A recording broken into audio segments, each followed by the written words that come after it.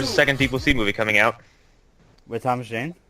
I don't know, but I guarantee they should definitely call it the Deep Blue sequel. I'm out! I'm calling for your retirement. I love when he does this. We're canceling this show. It's been a long ride, but it ends here. We can't do this. It's been a long We can't do this anymore. time. Chris leaves, and this is what we get. I told you, it was so cringe. I can't wait till we have the kind of fans who are like, I was listening when Chris was on the show. That'll be a fun time. Connor made a terrible joke and then put his headset down again. I don't like why. the voices. I'm waiting for I someone don't to like tell me, when like, Connor hey, goes how many stand there. How many times are you going to put your headset down and do a joke from the corner of the room? Sounds funnier that way. Anyway, hi, I'm Connor McGraw. Welcome to Phantom Zone. Hi, I'm joined by that guy talking over my introduction. Hi. Go ahead. Hi, I'm Hunter Davenport. My hat is like a shark's fin. Hi, my name is Alan Muir, and I'm the Internet Hobo. Hi, I'm Arlen Harrow, and this is all an illusion. I was really hoping all three of you was like my head is like a shark fin. I don't know why we're getting a Deep Blue Sea sequel. I couldn't wait to say it. I hear it's going straight to sci-fi, so really it doesn't matter. Michael Beach is gonna be in it. Oh, really? Who the fuck is that? He was on Pitch. He played Ginny Baker's father. He's gonna be in. He may be Black Manta's dad in Aquaman. He was cast in that. You can read that story I wrote on the Harrow. Seamless plug. Yeah, a fine place for all kinds of... ready for that one. That was a little forced. Yeah. Alright, like great that place was for a news fine stories. place for reading. I don't know why I'm doing yours plug like Orson Welles in that fucking wine commercial. Yes, the finest California winery. Here's a question. Here's a question that I pose for you on this episode, this After Dark special. Mhm. What unnecessary sequel do you want the most? Oh, wow. Oh man, Dawn of the Dead 2. I think there's been a Dawn of the Dead 2. No. I'm talking about a direct sequel to how the Zack Snyder movie ended. Yeah, Oh, and I would actually take that. Yeah, 'cause only if they take the script from Zombie 2, the Lucio Fulci. Yeah. With the shark Only fight. if they do that. Hunter, have fuck. you ever seen Zombie 2? Well, I don't think most people have, but No, it's kind of it's they know like the shark fight. No, I have not. A zombie fights a shark. I am... Mm. What? Yeah. Zombie. It's Yep. when I see a zombie fight a shark, this movie was filmed in like the 70s. So when I see a zombie fights a shark, I mean a guy in zombie makeup is underwater, just flapping his arms back and fucking forth, like doing stunt work with an actual shark. Yeah. That is fucking amazing. It's awesome. Set to like weird, swanky 70s synthesizer horror music. It's incredible. Things The are movie's crazy. awesome. Things are crazy in Italy. Mm-hmm. Well, yeah, and True most of story. we're gonna Facts. end up devolving and talking about horror movies again. But Italian zombie movies during the time, like City of the Living Dead, Zombie, all that stuff, they're all like nuts. Yeah. Because Like, the one of them- Italians didn't give a shit. City of the Living Dead is like basically a bunch of like, I guess, quote unquote zombies. It's mostly just dudes that look like they have algae growing from their face. They just assault a city with machetes. Yeah. I'm What the fuck like, is up you're with that? zombies. I'm like, why aren't you biting people? No, they got machetes though. They got tools for the job. They got hands. Yeah. Yeah. Obviously. They got hands, man. We got hands. They got We hands. don't need the teeth. I mean, We since We got hands solo. God damn. Oh, Can we was that not worse make than this a fun mine? episode? I guess. Well, I guess if we're on the unneeded sequels, unnecessary sequels. Let's talk about Han Solo.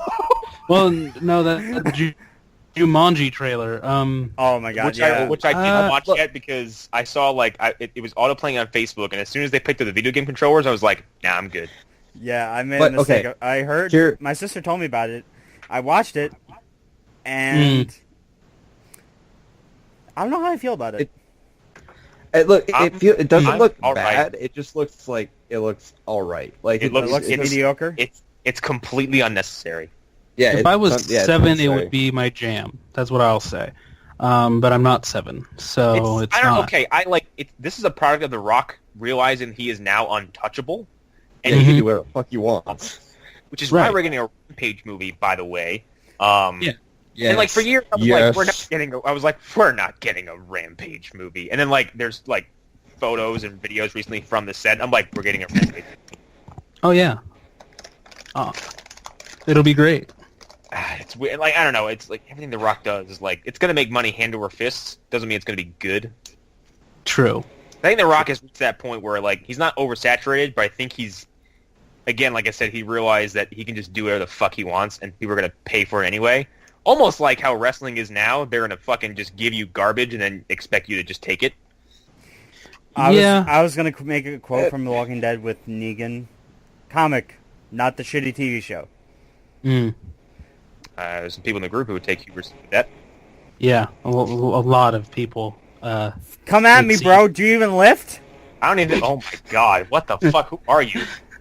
Sorry, I just say that because that was- a friend of mine when I used to do the podcast would have said that a lot. I don't think the show is terrible. It's just like it's just. I think its pacing is horrendous at times. That's really about it.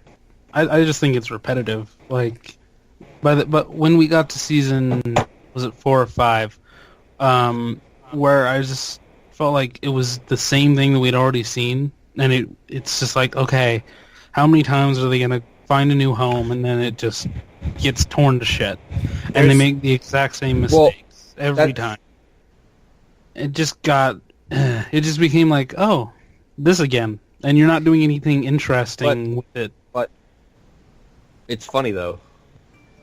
Well, no, Yeah. I wouldn't say it's funny. It's more I like failed to see the it's comedy. kind of it's situation. witty.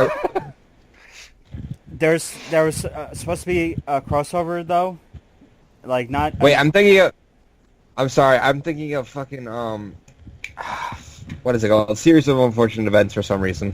Hmm. Why are you? What? I spaced We're talking out about for a second. Walking Like, Dead. yeah, I know. There I was spaced out Series for of unfortunate events, though. That's something that I'm like, I want season 2. Like, that. It's a good show. I just want to say Yeah. one thing about Walking Dead before we move on. right? Glenn Mazzara, who was showrunner after Darabont left, and Right. halfway through season 2, to about I think the end of season 3 or 4. 2's the end of season 3. Yeah, they announced he was leaving though, like when season 3 was still airing. Yeah. He was supposed to appear on Sons of Anarchy and get killed off as like a guest spot because him and Kurt Sutter are friends. Hmm. Kurt Sutter was supposed to do a cameo in Walking Dead, Shit. and now that's never going to happen.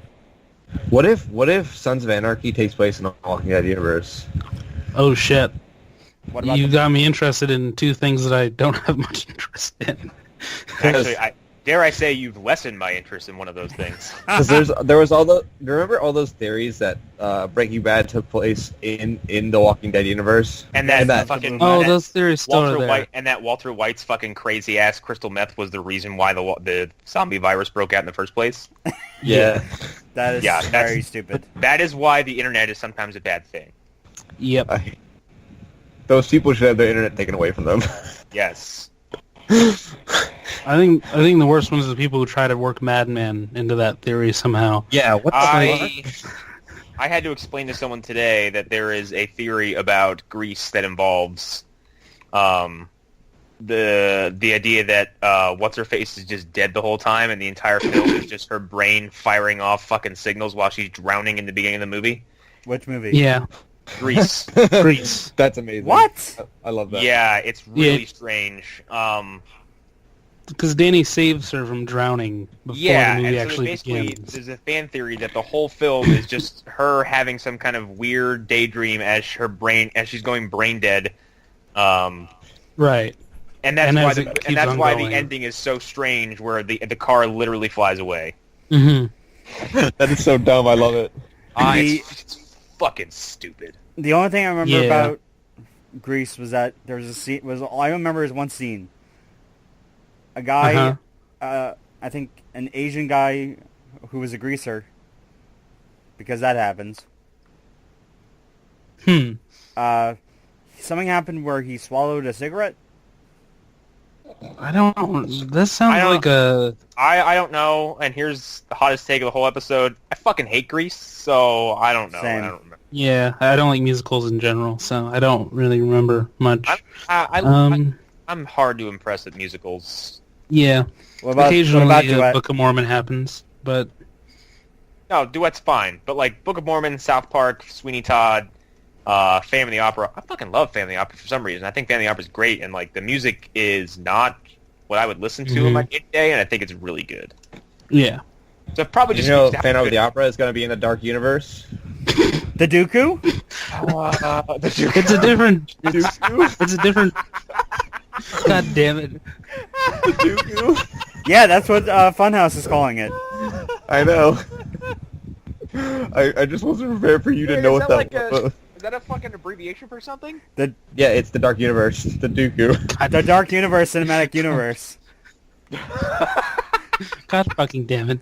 I was watching Relationship Goals earlier today, and James Holmes was like, the Dooku? Yeah, the Dooku. God, I love Funhouse. Yeah. Oh. It's a shame they're Nazis. So They're not Nazis. Stop. fucking Alan dropped a bomb. What the fucking that Dark Universe shit that fell in face of me. Yeah, and I'm really pissed about it. I wish I really want fucking bad. I want to see Wolfman fight Dracula. I know. That's all I want. I want that. In my life. That's all I want. That's all I need. There's only one person fucked who's it up. winning with the Dooku, and that's Tom Cruise. Yeah, I mean... You know, it's not even Tom Cruise is just like is an unfortunate side effect of that whole thing because Tom Cruise is not as terrible as people like to think he is. Yeah, he's great. Exhibit A, Edge of Tomorrow. Yeah. Edge of Tomorrow's fucking great. Let me tell everybody something. Tom Cruise is a pretty goddamn good actor. He's just nuts. Yeah. He only There's a reason amplifies Japan what is he's in. obsessed with him. Yeah. Yeah, that Dark Universe stuff pissed me off, though. It really just... It makes me so mad. That's bad. I'm amazed how far we've derailed. What do you mean derail? We didn't have a rail to be on. Yeah. It's a solid idea. Yeah. No, it's a solid idea they can't seem to formulate because they're like, oh, they're going to be action movies. They're going to be horror movies. They're going to be action movies. They're going to be horror movies. Right. And they can't seem to figure out what the fuck they want out of this. I mean, the like... reality is everyone just wants spooky gothic horror movies. That's it. Just how hard is that? Just do it.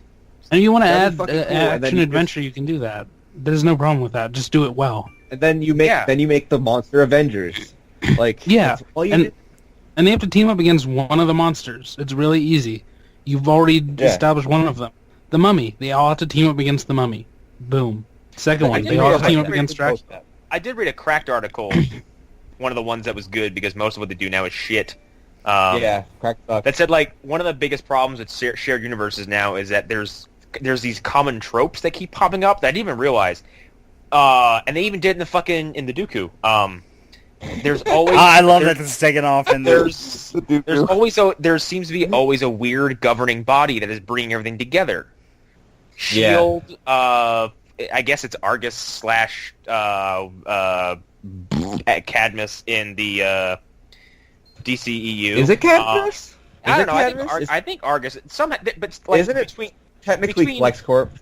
Yeah, there's that too. Like, but there's still like weird corporate slash government stuff going on. In the Dooku, it's fucking what is it? Whatever the hell it was.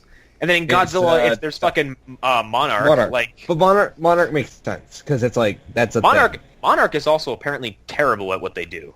Yes, they're fucking awful. Monarch sucks.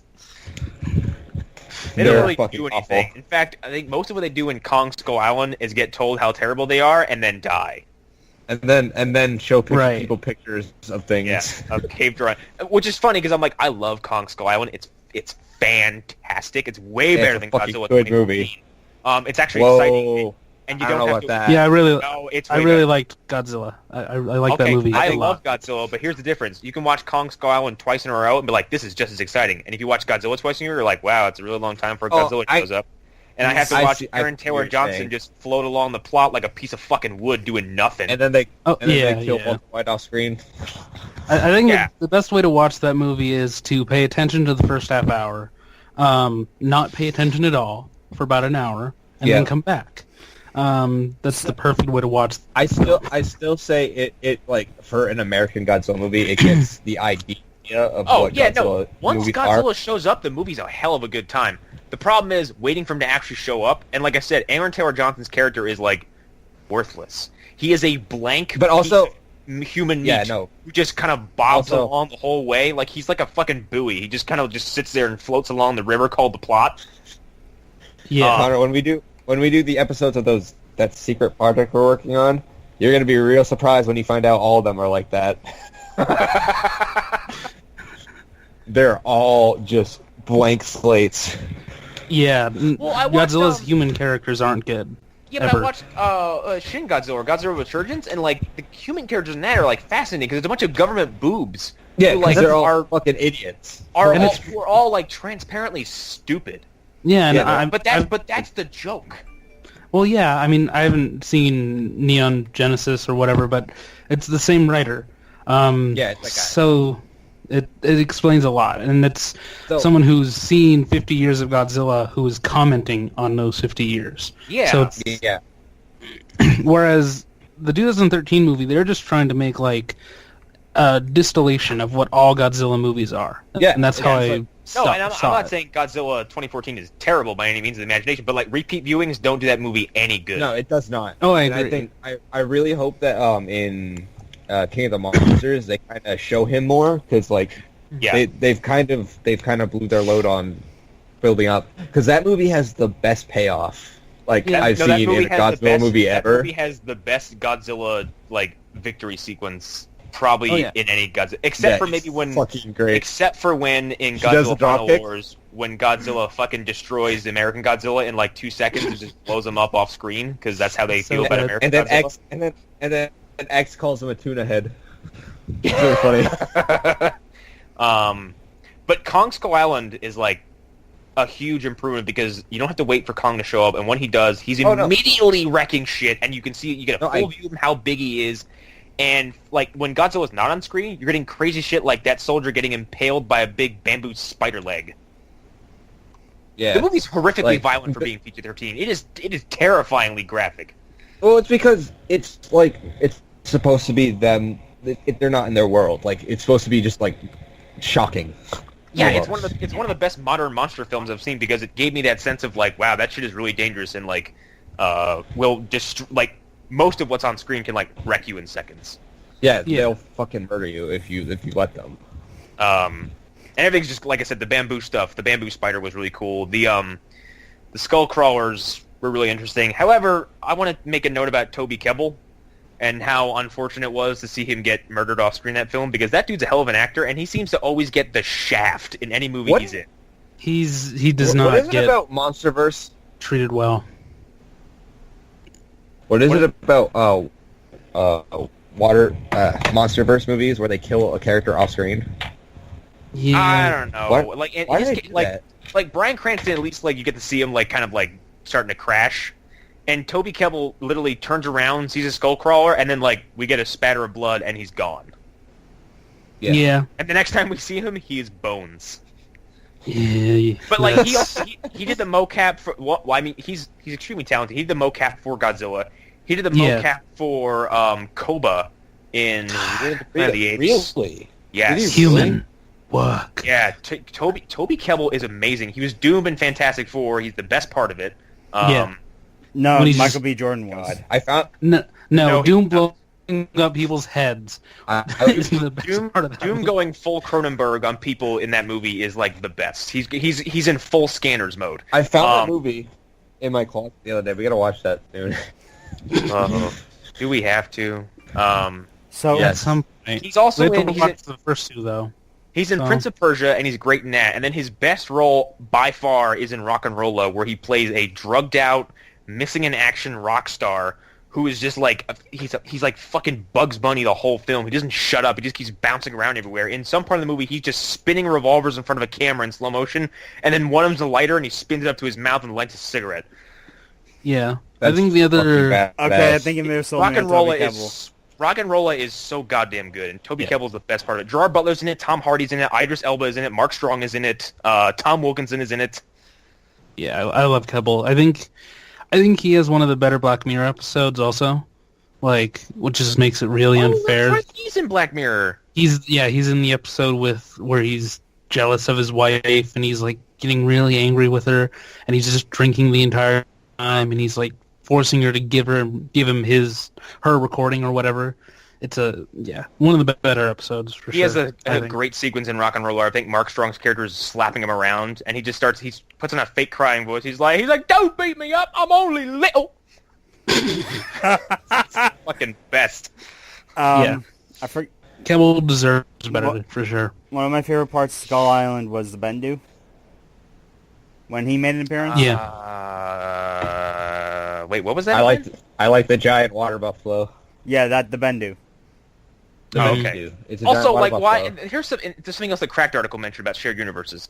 There's always a dude who's like an everyman, superhuman superhero character. Like, why was Tom Hiddleston like? Why did he suddenly become Indiana Jones in that movie? Because he's James Bond, so like they say he's SAS. Like when he puts on the gas mask and takes the machete out and starts like one-shotting all those flying pieces of shit. Yeah. I thought it was awesome, but like it was a valid issue they brought up. It's like they were comparing him and Tom Cruise's character, who for some reason, as far as I understand, in the Mummy movie becomes a supernaturally superpowered whatever. He becomes Raw apparently. Which oh my god! He becomes Rawhead Rex. No, like as in Stop it! as in the god of death, Raw. No, Ra's the god of sun. Anubis is the god of death. Oh yeah, that's right. Yeah. Oh yeah. No, does he become But, Anubis then? Like my nerd is showing. back to my point about the monster movies, though. Like, how do you mess that up? I just don't understand. Like, where. Universal has the same problem that Sony has. They want a piece of this big shared Universal pie, and they're trying it with Universal's Transformers, right? No, that's no, that's Paramount. Yeah. Okay. I think so. No, Universal wants a universe, like everybody does. Yes. And it's So does getting really Paramount. annoying. Yeah. Because they're chasing trends instead of trying to make new ones. They're not. Aren't they doing like what they're doing in comics right now with the, like Mask, G.I. Joe, Transformers? I don't see. Here's the thing. I don't understand why they just don't copy what they did in the old days. Like, I was gonna say, like, they did this once already. Why don't you just do it again? It's Yeah. really easy. Like, it's what people want. Like, And the funny thing about that is, like, those characters were technically public domain, so like they could do Abbott and Costello meets the Wolfman and not have to worry about getting fucking Lon Chaney or Lon Chaney Jr. because it's the Wolfman. It's technically kind of a public domain character. Yeah, well, so is Wolfman Dracula. Is theirs, but yeah, Dracula is public domain at this point. Yes. Most of those characters are. Was it Dracula Untold or I, Frankenstein that was supposed to be the relaunch of Dracula Untold? Untold was after the movie was already done. They went back in and added another scene in which God, let the games begin. Tywin Lannister, Tywin shows up at the very end, and he's like in the modern day, and he's apparently he says something about other monsters or whatever. That's a damn shame because Luke Evans looks really fucking convincing in that red ass dragon armor. Yeah, he does. Yeah. Wasn't Rickon Stark in that episode? Like, not in that episode, in that movie. I think maybe, I don't know. I mean, I wouldn't be surprised if half of the Game of Thrones cast was in that movie at some point or another. I mean, hell, Jesse Custer's in that movie. A lot of the Game of Thrones cast was in my favorite canceled Netflix show, Residue. I mean, 'cause here's the thing, like, we've seen a good Dracula. The NBC Dracula that they did a couple years ago was actually really good. With John Rice Myers. Yeah, and it was really good. It was like Iron Man, but Dracula. And like their take on Redfield was interesting. They also, I mean, my favorite vampire movie of all time is still John Carpenter's Vampires. So yeah, That movie is such a good time. When he slices a guy in half with his hand. With his hand. He's James Woods is the most James Woodsy you'll ever see him in that movie. Like, what does he say to the fucking padre in the car? He's like a crucifix? He's like, a vampire walk with you, shove that crucifix up your ass while breaking your neck. Fuck your crucifix. so good. He's going full James Woods in that. Yeah. I heard recently James Woods loves the character of Hades so much that he will do it in any form of media ever. He came in for the Hercules TV show. He did every Kingdom Hearts appearance. He will? Yes. He loves Hades. Thanks, Connor. Yeah. Now the James Woods song from Family Guy is stuck in my head. He does it so well. Ooh, piece of candy. Ooh, piece of candy. Ooh, piece of candy. Oh, God. I love James Woods and Family Guy. Ooh, piece of candy. Ooh, piece of candy. Piece of candy. Yeah. Family Guy's not terrible, everybody. Family Guy just got progressively more intolerable. While South Park is so it's good. Fuck her up, Black Canary. Sorry, I'm watching her fucking do my AI loadout here. I am balls deep in Injustice 2, everybody, finally. And this game is tits. And I talked about it off mic, or, well, off show. The AI loadouts is like the most broken way of me just earning bullshit items in this game, where I can just set a computer loadout for this and just watch them beat the piss out of itself. Rip. And it's bringing out, like I said in the chat, it's bringing out my inner DC nerd really hard, because you can set, I think, 5 different like loadouts for each character. So I'm not gonna do this randomly. I'm gonna theme every single one of them. I have a Suicide Squad exclusive Deadshot loadout already. I already have a Barry Allen, Wally West, Reverse Flash, and Savitar builds for Flash. Wait, which Savitar? I'm doing I'm doing Future Flash. Let's put it that way. It's a blue outfit with some cool shit. Future Flash. I won't call him Savitar. Well, I'm calling him Future Flash. What about what's his name? There's a Kid Flash color scheme too, so I can make a Wally West build. What about?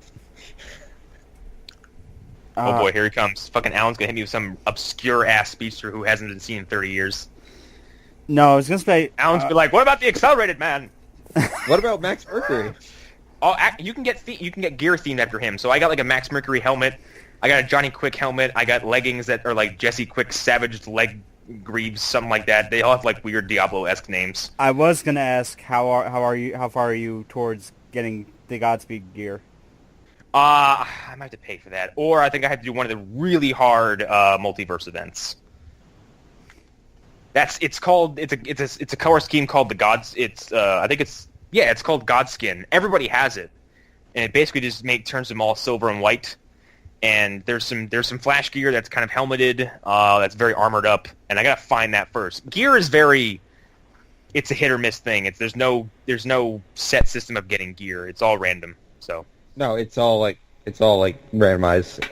It's very Destiny. It is the very epitome of loot system from like big open RPG games, but like it's in a fighting game, so it's really strange, but it's really addicting.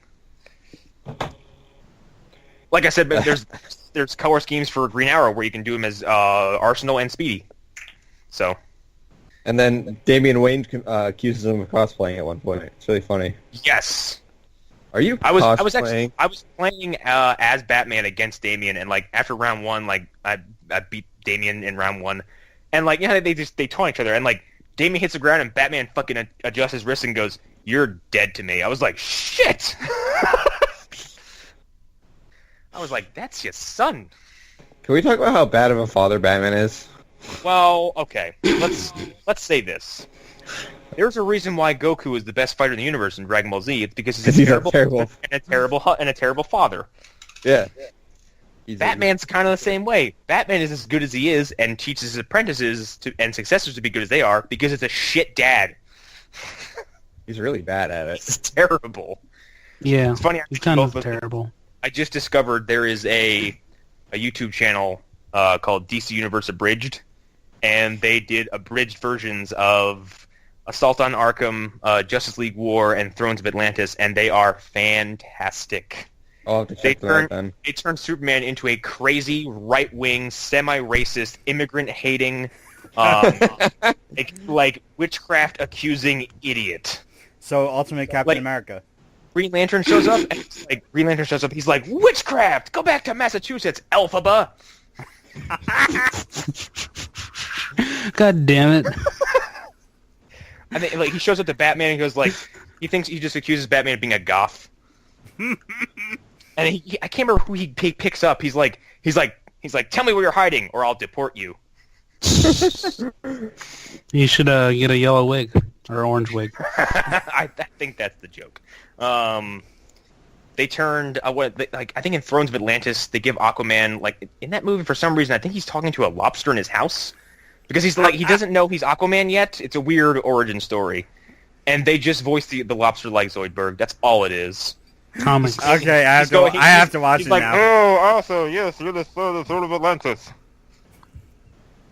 Yeah, it's really good. And Assault on Arkham, King Shark becomes basically Groot, and all he says is, I am a shark. And KG Beast has probably the line of the entire movie where it's the beginning of Assault on Arkham where they're all being addressed by Waller, and she tells him, and I guess in the action movie, she's like, yeah, you can go ahead and leave, and she blows his head up.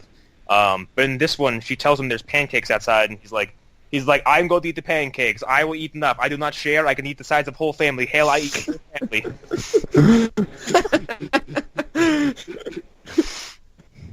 And then he dies. That is so great. I think there's a plot twist in. Have any of you seen Assault on Arkham?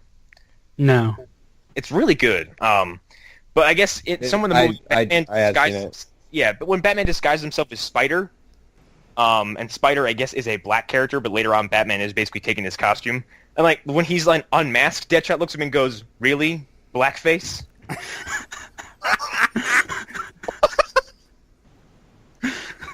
The only thing I know, about also on Arkham is that Harley hooks up with Deadshot. Yes. Assault on Arkham's really good. It's a better Suicide Squad movie than the Suicide Squad movie we actually got. It also has Black Spider in it, so it's immediately better. Yeah, it's got Black Spider, King Shark, Harley, Killer Frost, KG Beast for the two. KG Beast fills the Slipknot role. Who? Yeah. KG Beast. Hang loose. You mean hang loose. Hang loose. Who else? Captain Boomerang, Deadshot, Waller, Batman, Joker, Riddler, Bane. And it's set in the Arkhamverse, so everyone's drawn like they're from the Arkham game. So once Bane breaks out, he's Titan Bane. He's fucking massive. Who voices Joker? It's John DiMaggio, isn't it? Oh no! In that one, I don't remember who voices Joker in the actual film, but whoever they got for the abridged episode needs to be paid handsomely to fill in for Mark Hamill when Mark Hamill is eventually no longer among us, because this dude has got it. Whatever that, I don't know where you learn to pick up like the exact vocal patterns and cadences of Mark Hamill's Joker, but he's got it down perfectly. It's indistinguishable at times. Wait a minute, for Assault on Arkham? No, for the abridged version. For the independently edited YouTube. It was Troy Baker. Yeah, he was in the original, but for this abridged version, it would have to be someone. Yeah, it's a rando. It's some dude who he's a YouTube name. That's all I know him as. His name. Yeah, he's just some dude. Well, Troy Baker did not Assault on Arkham. Troy Baker did Origins. Yeah, he did all right. And but he also did the official track for Assault, I believe. I might be wrong on that. Yeah, but they couldn't get Hamill, so. Yeah. He was doing Star Wars. Came out shortly after. Star Wars. After Arkham Origins, I can't remember which one. So if it is Troy Baker, it's probably he's riding off of Origins. So I have two trivias, or two pieces of trivia for you guys. Guess who played Deadshot? Who voiced Deadshot? In Assault on Arkham? Yeah. Will Smith. Carlton from Fresh Prince of Bel-Air. The same guy who did it in Arkham Origins? Neil McDonough. Oh, shit. What? Shut the fuck up. Yeah, it's him. And Good old Neil. Slam cut to him in icy water. Yeah. That's gonna be in the cover. Okay. That's gonna be that. Oh man, I was talking to someone at work today about Ravenous, and I didn't tell. I there's no way I could tell him about that scene in particular because it would ruin the effect. We got into it, and this is probably where we'll diverge from talking about weird freaky shit again. We got into it was so dead at work today. We got into a 3-hour discussion about missing people, weird events, unexplained occurrences, and just weird creepy shit. Mm. It's because one of our doctors said he had shoulder surgery recently, and just like on his phone fell down a YouTube rabbit hole, like looking up like stories about missing people. Yeah. Okay, that's not Yeah. serial killer behavior. Nah, I wonder if they know. I do. Whereas you go on YouTube and go, all right, cracks your knuckles. Let's look up the next top 15 videos about weird, creepy shit caught on camera. Yeah. Did you talk about Elisa Lam at all? We Dude, did. that- We talked about H.H. Holmes and how both of those events took place in the same hotel. Yeah. Really? Yeah, it's What H.H. if- Holmes. H.H. Holmes dungeon. Well, is he the hotel that Holmes had multiple hotels though. That's the thing. What Yeah. if? What was if the H.H. Holmes killed Elisa Lamb? Oh shit. I'm pretty sure he's We very cracked the code. I Also, did you- I think the theory that she was doing the elevator game is true. Now, whether that means anything or not, I don't know. But is the elevator game. so the idea is that if you hit the right button and you take the right or a certain elevator, it will bring you to a parallel dimension. That's stupid. Yeah, and the Who believes idea, that? yeah, I don't know. Nerds. And But it's an old idea. my second of, I just added another trivia thing. The second one is kind of pretty easy. Of who voiced Waller? CC Pounder. Yeah, and this will mainly affect. The next one is probably going to affect Connor because he'll know the character. Yes.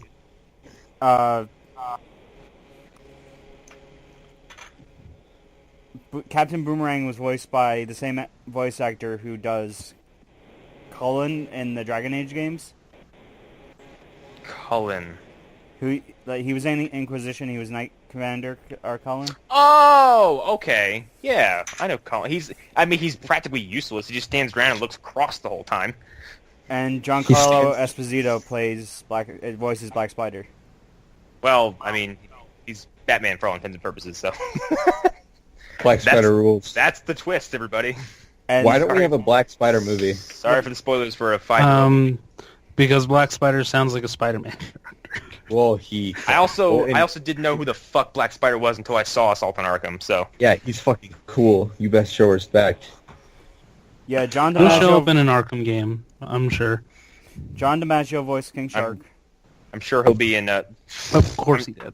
I'm sure he'll be in the next Arkham game that's rumored to come out, which is I think from the same developers as Origins.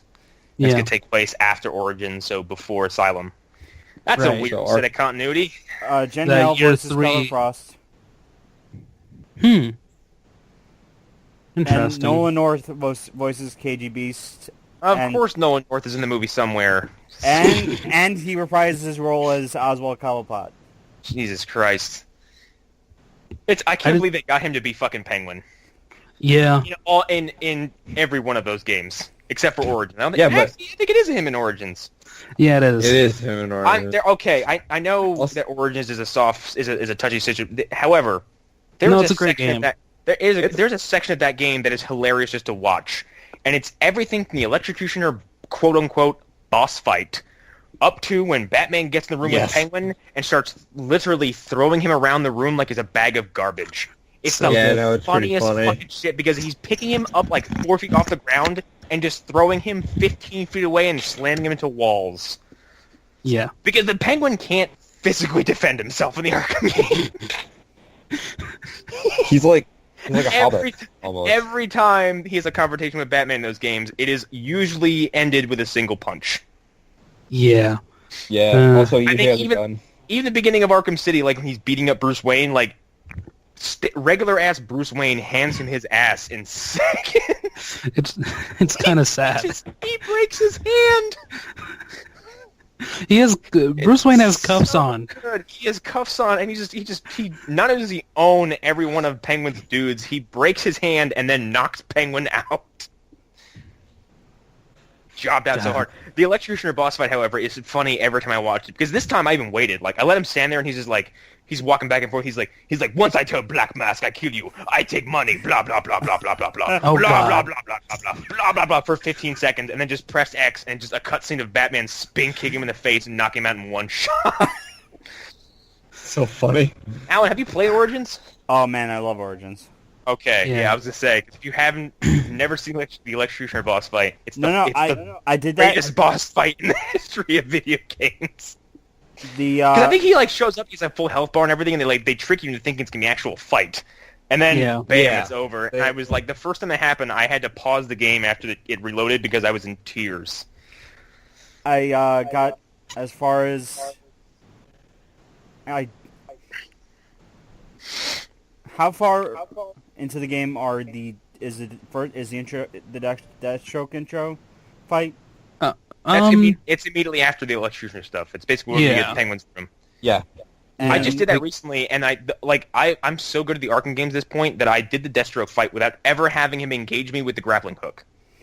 That's cool. So he never Really? hit me with the exploding barrels. I kept him on the ground the whole time, and just like I was never off of him. I think I had like you know how like you can only hit him in small bursts. I think I Yeah. had like a 25 hit combo on Deathstroke for this last boss fight. Yeah. Deathstroke isn't Thanks, even. Connor.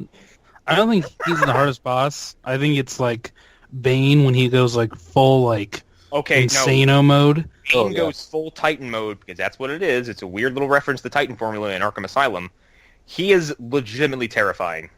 Yeah. One, because he no longer resembles a human. He more resembles a hippopotamus with a human face. He is massive, and if he grabs you, you're dead instantly. Yeah. He just kills you. But the way he's like, even the way he's animated when he first takes the Titan form, like he pukes up a bunch of green venom and just roars, and he stops forming human words. Mostly, but he's Love still that. doing He's like, Batman must find the Batman. It's so good. I'm so mad that the end coda for Arkham Origins with Waller approaching a bunch of people about It never Suicide goes Squad. anywhere. He Yeah. approaches Deathstroke, and it doesn't go anywhere. Yeah, the canceled Suicide Squad game that I think Deathstroke is probably the most interesting part of the game, especially like one. I love that boss fight. I know Arlen has issues with it because this game glitched out on him, but like when you finish it, he like takes Deathstroke's sword, throws it into the wall behind him, and then Deathstroke just looks at him and goes, "What are you?" And Batman just knocks him out. Who voices him? I don't know, but he's really good. Because Yeah. it should be Ron Perlman. Ooh, It's Neil McDonough. I hope it's oh my God. probably. And then he Yeah, just goes, "Ah!" I love all those Arkham games, to be But honest. Like the they're so good. Even Arkham Knight, as problematic as it is still fantastic. Anybody who says the game is terrible has really bad taste in what is a good Yeah, game. he's a Because fucking liar. a game can be problematic, but a game, like, that game is so fucking ambitious. It's Yeah, not like the Bethesda games, but on a much smaller scale. The Bethesda games are so ambitious, of course they're going to have problems with it. In Arkham Knight, people were like, man, I want to use the Batmobile. So like, all right, here's a Batmobile. And everyone was like, okay, we don't want to use the Batmobile anymore. yeah, and like I love the fact that going into it, I knew the Red Hood reveal. Like I knew it. Like by That then, is- it was, Yeah, it was pretty obvious. I think like as soon as they announced the Arkham Knight, it was like, it's a brand new character, blah, blah, blah, blah. And the whole It's universe was like- like, it's Jason Todd. yeah, it's obvious. However, but like, you know what? The framing of it is interesting because yeah, at the very least, it wasn't the Red Hood reveal we were accustomed to. yeah, it was a Especially different when you're given the flashes of how he becomes that way, like Joker fucking wrecks that dude.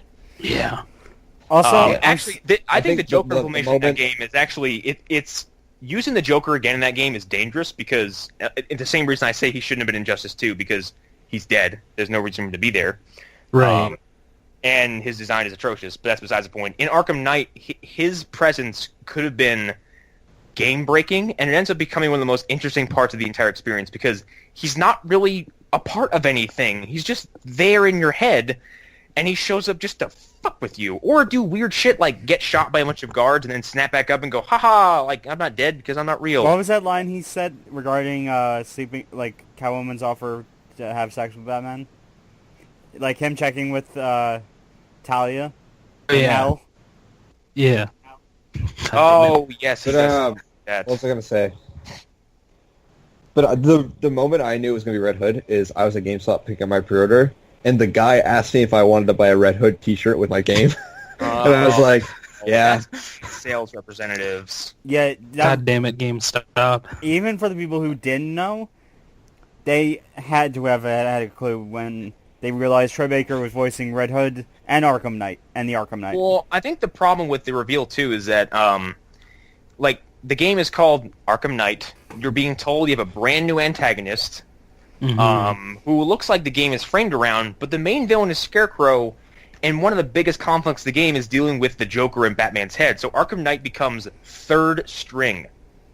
Yeah. Like, he exits the game Okay. basically like towards the end and then shows up one more time. After he exits, Deathstroke takes over. No, Yeah, Deathstroke, he does. Deathstroke only appears for a few minutes for one boss fight, and then you immediately jail him. In a tank. Yeah. Yeah. That's the tank stuff That's is the problem. The problem with the Batmobile is all the forced vehicle shenanigans, and that's basically what it boils down to as far as any issue it has. It drives like a dream, and it's super easy to use. But when you're like forced in all these weird vehicle encounters that you don't want to do, that are completely impersonal, it sucks the joy out of it. Every Arkham Knight encounter leading up to the big sniper fight with him is in a vehicle of some kind. yeah. And it's not Like- there's no personal stakes to it. It's like, oh, we're just gonna fucking shoot these like the first fight with him is like it's an unmanned drone. Who cares? Yeah. Like it got to the point No where stakes here.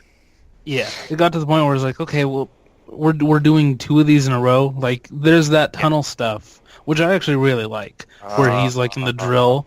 I actually hate I like- that sequence. Yeah, that is. I thought However, it was, I liked it, but it was The big, I liked the it big because it problem was with that sequence challenging. is like if he destroys the Batmobile and you're like, oh, cool, it's gone, and then they give you a new one immediately. I'm like, are you fucking kidding me? I do think Arkham Knight has the best side missions in all of them, though. Yeah, It's like Man Bat, like Professor Pig. Yeah, when Man I Bat think showed up, it's a I good- fucking I was like, I okay, think I but- screamed. Whenever Man Bat shows up to this day, I have played that. I have 4 active files on my Xbox One for Arkham Knight because I play it so much. And I've probably deleted a few of them and played through it a few times. I played that game probably 6 times. On every single playthrough, when Man Bat shows up, I shriek like a child and drop the controller. Without fail, every time, because I'm never ready for it. He's and then when it happens terrifying. again, when the Joker does it, I was furious. Because, and wait, have any of you seen that encounter? No. But Oh wait, Is it the yeah. statue thing? After you run into Man Bat for the first time, when he does that whole peekaboo thing on the ledge of a building, you'll be doing your whatever again, and then it'll happen again, except it's the Joker, and then he laughs at you. It's like I'm like you sons of bitches. Yeah, I threw my controller when that happened. That was kind of that was cruel. Yeah. Interesting. when it first happened, though, like, was it 2 years ago that Arkham Knight came out? 2 or 3, I think. Yeah. I was like, was that fucking Man Bat? No, I was gonna say before, Arkham Knight the Arkham games are a great lineup of Batman villains. Yeah. I think the Mad Hatter stuff in both of the appearances are great. Yeah. I fucking hate Riddler challenges still. 'cause Okay, the Riddler challenges by Arkham Knight become nauseating. Because I think they're terrible in all of them, Ridiculous. personally. it's Like, like, I- At this point, how did... like find the Riddler trophies. Like the best part was solving the riddles. That I think is part of the Riddler challenges because it gives you something to actually do with the environment, and you have to Right. look for these little hidden lore details. That's what it all is. It's like he'll make a riddle about like fucking Poison Ivy's plant shop that you got to go find in the middle of Arkham City, or he'll make a riddle about Crime Alley.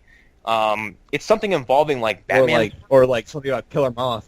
And, like, yeah. or like Killer Moth. fucking, You find or this, like, Firefly, Tweedledee, some Tweedledum. shit like that. Yeah, something like Yeah. that. And, like you go into like Arkham Knight, it's like you need to throw this batarang through these 14 revolving pins. and hope it hits this switch, and then hit a second one with electrified batarang to lock this door behind you, so Those you aren't can really, trap door. really riddles.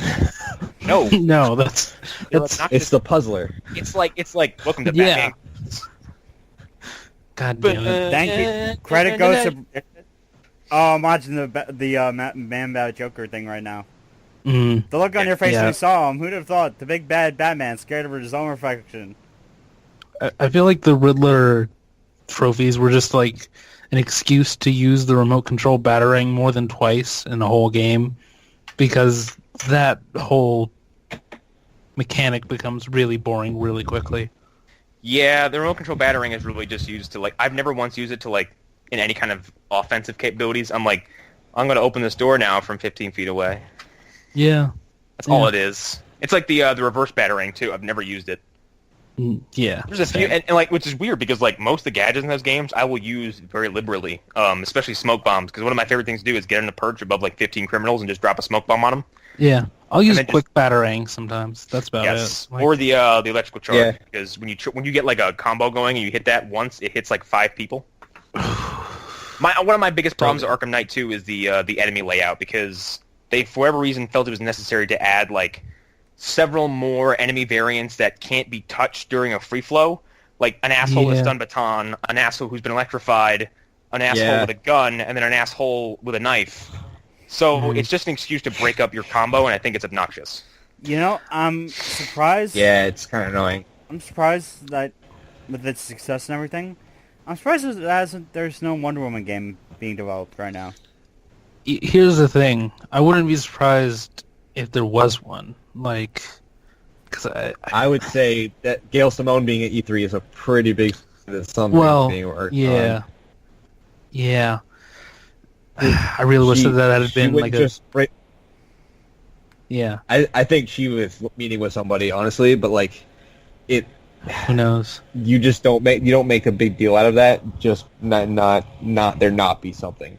Well, because there are so many things that she could have been there to meet for. Like we talked about it off mic. Red Like Sonja. there could easily be there could be a Sonya mission in that Conan game, which I'm pumped for. Conan Exiles?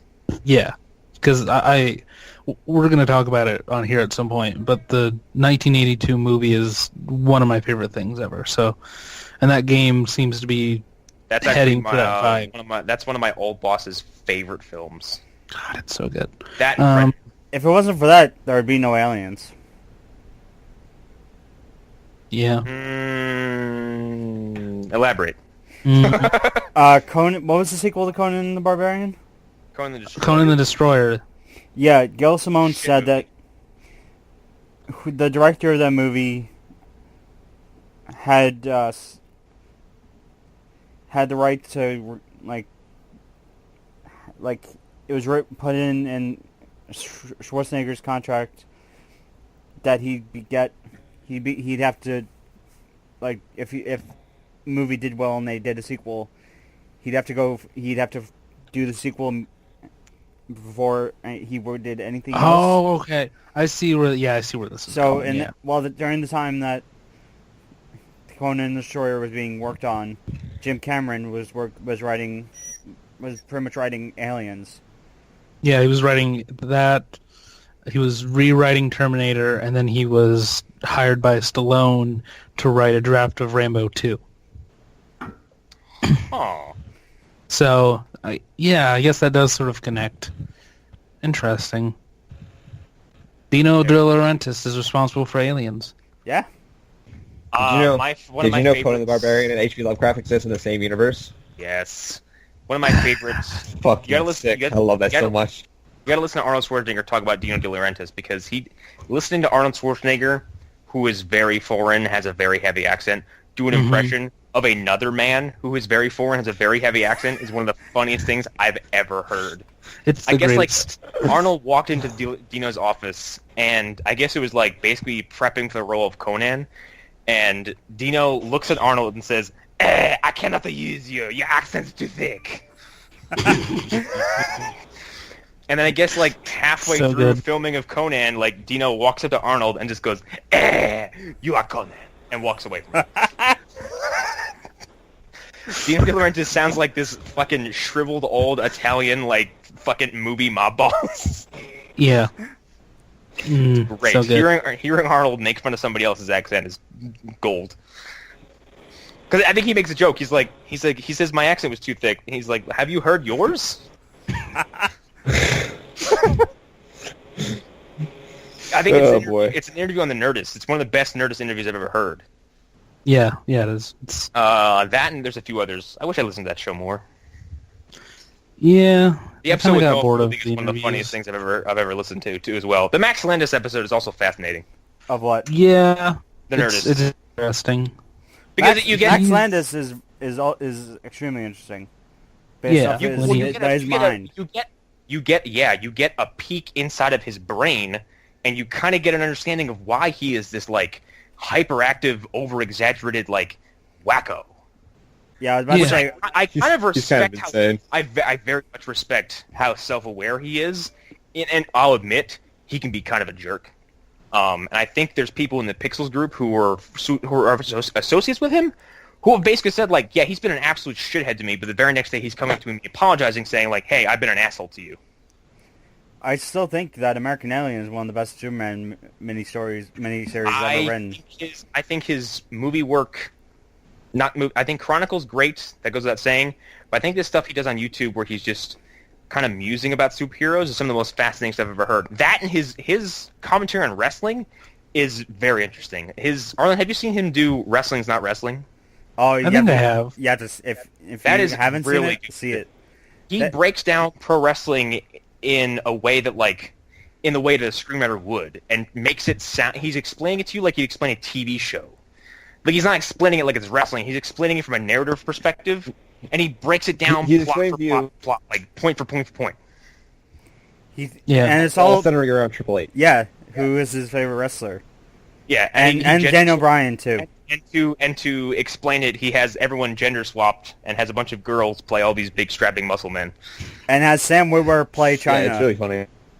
Yeah, and some dudes are playing all the notable female roles. It's pretty funny. But his drunken comic book history is great when he breaks down Death and Return of Superman. It's one of the funniest things I think on YouTube. And his monologue called Regarding Clark is really cool. Little watch, because he breaks down Man of Steel in a way that I didn't really think about when I first saw it. I still like Man of Steel, but he says a very impenetrable point where he's like, the last 30 minutes of that movie is terrifying. Yeah, it is. Because you're like, we are a country who's dealt with 9/11, and you're watching it on screen. You're like, this is a little too close to home. Yeah, that's why I think that's his most. I feel the way I feel towards Man of Steel is because. Okay, but you haven't finished the movie, Alan. That's a problem. You actually need to watch it. And here's the thing, like, Zack Snyder is, like we've said before, Zack Snyder is someone who can do spectacle action. And so I don't think he intended to do, like, a 9/11 allegory. Maybe he did. I don't know. If he did, he's got some fucking balls. I think... Yeah, why the fuck... So, there are two directors who I think, they understand action and suspense and how to make a visually interesting fight scene better than anybody else, but are very capable of getting lost in the fight scene and not paying attention to how it fits into the rest of the movie. Mm-hmm. And those two people are Zack Snyder and Michael Bay. Yes. It's what they do. They really get into it, and they will spend hours on one fight scene, on one action scene, making sure it looks perfect and it looks real and it looks believable. But they forget about the context of what they're doing compared to everything else. So Zack Snyder gets so caught up in this fight scene between Zod and Clark, but he doesn't realize how powerful the 9/11 imagery he's dealing with is. And it takes him hearing comments from everybody else for him to say, oh, shit. We might have overplayed that a little bit. That might not have been appropriate. It's the point where in Batman vs. Superman, someone has to say, like, this area is completely unpopulated. Mm-hmm. Yeah. And it's because of the results. And it's like, they show a whole montage of 9/11 imagery for like 20 minutes, and it's not even when him and Zod have fought already, or it's before they've even fought. And then they do it again for another 30 minutes. It's the gravity machine that's doing it first. Yeah, and it just becomes too much. So it's like, I wish we had Ed here to... I think another issue is, like, the Smallville disaster was also in the same film. And, like, Clark essentially helps... He doesn't... I mean, he's also fighting, like, 5 Kryptonians at the same time who are also being completely reckless. I thought it was just Zod and Farah. Oh, no. Zod shows up with a small band of Kryptonians.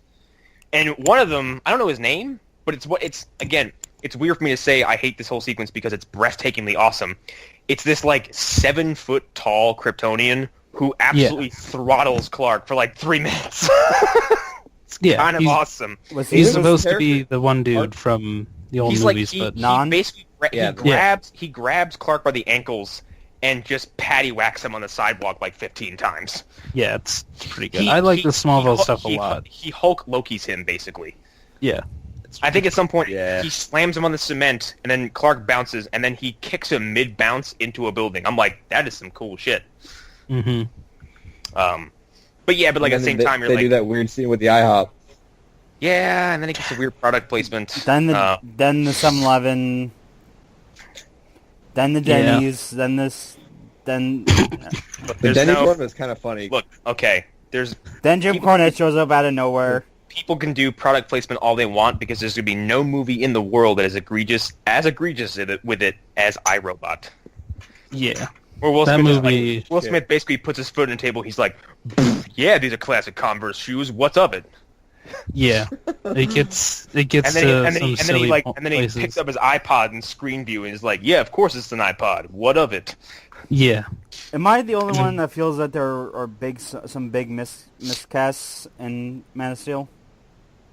Which one in particular? Namely who? The Junkhead. He's one of them. 3 characters. No, he's badly written, or he's improperly written. Yeah, he's not miscast. Pretty much 2 people. Yeah. Amy Adams. I don't think she's miscast. She's a non-traditional Lois Lane, but she works. She's underwritten just a little bit, but Diane Lane. I don't think she's miscast. I think she's perfect. No, I think the problem with that is that like Diane Lane and Henry Cavill are like 15 years apart. Yeah. That's the issue. It's like Marissa Tomei being Aunt May. You're like, okay, I get it. Like, it's just his aunt, so she doesn't have to be old and crusty. But it's fucking Marissa Tomei. There's no way you can't make her look just drop dead gorgeous. Yeah. Which I guess is appropriate because then the jokes they can make with Tony Stark were, Aunt May, with Tony Stark were fantastic. Yeah. The Aunt May thing has always been an issue for me because, like, that's my aunt looks like that. Yeah, I do love the idea of them going from Sally Fields to Marissa Tomei. Yeah. You could have a bigger picture. Did you know, like isn't Aunt May in the comic books and they just drew her like an old woman? Yes. Yeah. Like I don't get why is his aunt so fucking old? because in the 60s your parents were old. That's how I've always read that. That's why I have no problem with someone like as old as Marissa Tomei being as old. Marissa Tomei is like in her 50s and still looks like she's in her 30s. Right. But like also people look younger than they used to. Yes. Cary Grant was in his 40s when he was 25. I mean, Jesus Christ. We mentioned Tom Cruise before. Tom Cruise looks incredible. And he's also 51? Something like that. We watched the Ninja Turtles movie. The actress who plays April O'Neil in the Turtles movie looks the same as she does. That looks the same now as she did. She is drop dead gorgeous. She is ridiculous. She looks perfect. There's one part. I guess she was in the Turtles reboot as a little cameo role, and I missed her entirely. There's one person. Yeah, there's a lot of things to miss in those movies. There's one person in Man of Steel who I think was perfectly cast. Yeah, that was the joke. Is it Feora? Because I think Feora was breathtaking in Man of Steel. Yeah, no, I don't think there's any miscasts. Harry Lennox, a.k.a. Barack Obama. Oh, yeah. The black dude. Yeah, he's great. He's good in everything Swanwick. No, I think the Kryptonians, who they got to play the Kryptonians, are all, I mean, Michael Shannon aside, are all supremely talented. And I wish I don't know how to pronounce her name. I think it's Antje Trau is the one who plays Feora. It's like Antjetrau. She's super German, and she was in Pandorum. What? It's one of my favorite sci-fi horror movies the last few years. Even if it's kind of it's a little weird. Antje Trau. Yes, she is stunning in Man of Steel. She looks great in the suit, and two, she looks like she could rip my heart out and not blink. She's visually arresting. She looks like she would murder me. Really good. She's one of my favorite parts of the film. That, and I think Michael Shannon steals the whole film at some point and just runs away with it. I even sure when his fucking wax dummy showed up in Batman vs Superman, I was like, yeah, there he is. It's not really him, but there he is. Yeah. I said his eyebrows needed their own score in Man of Steel. God damn it. Everything he does is just so intense. Have any of you watched him read the real sorority letter on Funny or Die? He sits there and, that sounds fascinating. He sits and monologues this viral letter that some sorority mother, I guess, sent to her house. It's this vile, cutting letter about how she needs the house to start behaving themselves and fraternize with the frat houses and stuff like that, and I think the phrase "cunt punt" is said in this letter, and Michael Shannon says this, and he's reading this letter as serious as he possibly can. And there's a GIF you can find where he just says if you don't do this, punch yourself in the face, so I don't have to find you and do it for you. And I think there's slow, foreboding music playing in the background. There's multiple camera angles, and I think at the end he's just shouting. It's the fucking best. I love Michael Shannon. I'm gonna put it in the chat when we're all done, which I think will probably be a few minutes. It's going 90 minutes now. We're spiraling about. I have to say, Michael Shannon, earned my respect. Went in what was that movie with Nick Cage and something Pena? Michael Pena. Oh, shit, what movie you're talking about? It was 9/11 movie. Oh, was it World Trade? Fuck. Yes. Yeah, I think it was. Yeah, and that wasn't Michael Pena. That was was it Michael? I know he might be in it, but it's also it's the kid Jay Hernandez. He's the kid from Hostel. Mm-hmm. Yeah. Okay. Yeah. Michael Shannon is also in that movie with Joseph Gordon-Levitt where he's a bike messenger. Which, by the way, is not a bad movie by any stretch of the imagination. It's pretty good. It's pretty good, and Michael Shannon has probably one of the funniest death scenes I've ever seen in that film. Where I'm not ashamed of spoiling a 5-year-old movie. Someone just caps him in the back of the head. Instead of just dropping dead instantly, he stumbles, grabs the back of his head, and goes "Whack!" Like fucking Skeletor. God damn it! And he just falls over. I love Premium Rush. Premium Rush is great. Michael Shannon is just that trailer hit, and I was like, this is the dumbest thing I've ever seen. And then I saw it in theaters. I was like, this is pretty good. Mostly because I sat there and pondered the idea of driving a bike in a very heavily traffic oriented city with no brakes. I'm like, man, if you get fucking hit, you are dead. Yeah, I'm good. Yeah, no, they're fine. Yeah, and I think his whole character's gimmick is he doesn't use the handbrake. I guess it is. He has a pedal brake. Nope. Yeah, I guess most bike messengers do. They have handbrake, so it's more. There's some stopping range and it's more instantaneous. And I guess he uses a pedal brake, so so he can take out more gears or add more gears in his bike. Mm-hmm. Okay, I just found a GIF of the video that Connor was talking about, and it's just Michael Shannon saying, "No, you stupid fucking assheads." God damn it! I'm gonna put it in the chat when we're done. We're all gonna watch it. It's fantastic. But I think we can start to wrap. My mouth is getting very dry. Yeah. Same. Yeah, I guess that's good. We can finish on Michael Shannon. This has been an uproariously energetic After Dark special. Yeah. One last suggestion for Michael Shannon: Boardwalk Empire. Yeah. I was about to say that. Yes. If you like to see Michael Shannon go off the deep end, then there will be no greater satisfaction than watching Boardwalk Empire. What is he? Doesn't he attack someone with an iron? Yes. It's a hot iron, isn't it? He beats the piss out of this guy with a fucking hot iron. He works And in this only- office for a whole season, and he's like trying to be good, and he's trying not to hurt anybody or like lose his temper. Yeah, But when because he he's does like lose a his really temper, dangerous criminal, right? well, he's a former drug agent. Yes, and he's trying to play it straight, and like his coworkers just keep relentlessly fucking with him.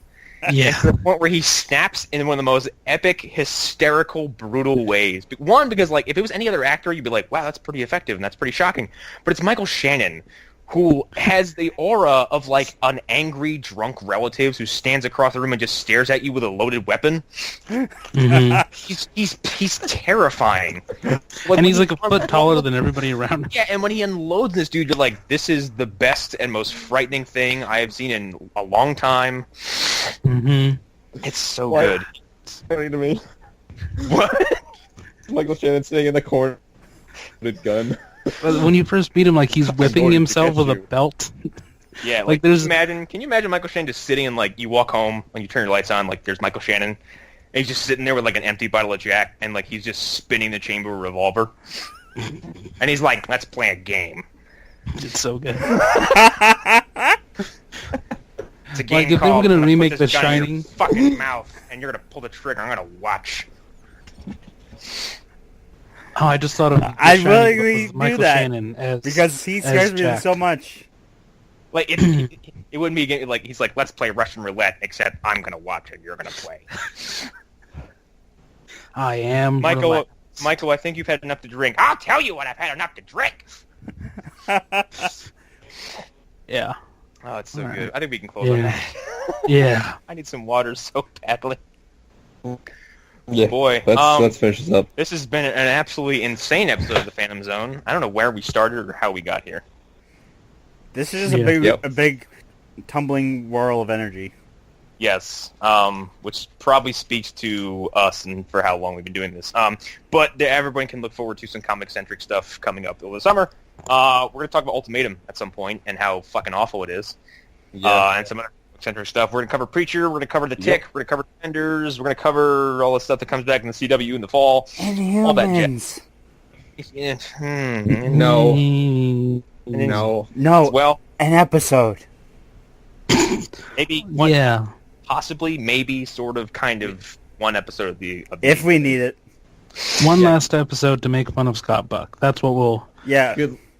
And if it's bad as I hope it is, we're going to buck the buck and never talk about him again. Yep. That That's could right. be as bad as my sequel. joke at Hashtag the buck the beginning. buck. Buck the buck. Yeah, I'm Connor McGraw. You can follow me on Twitter at Wesker Commander. I don't really have anything else to add at this point. You can follow You can me find- on Twitter at... You can find Twitter at. And Twitter You at can- Davenport. You can follow me on Twitter at AAHaro. Yeah.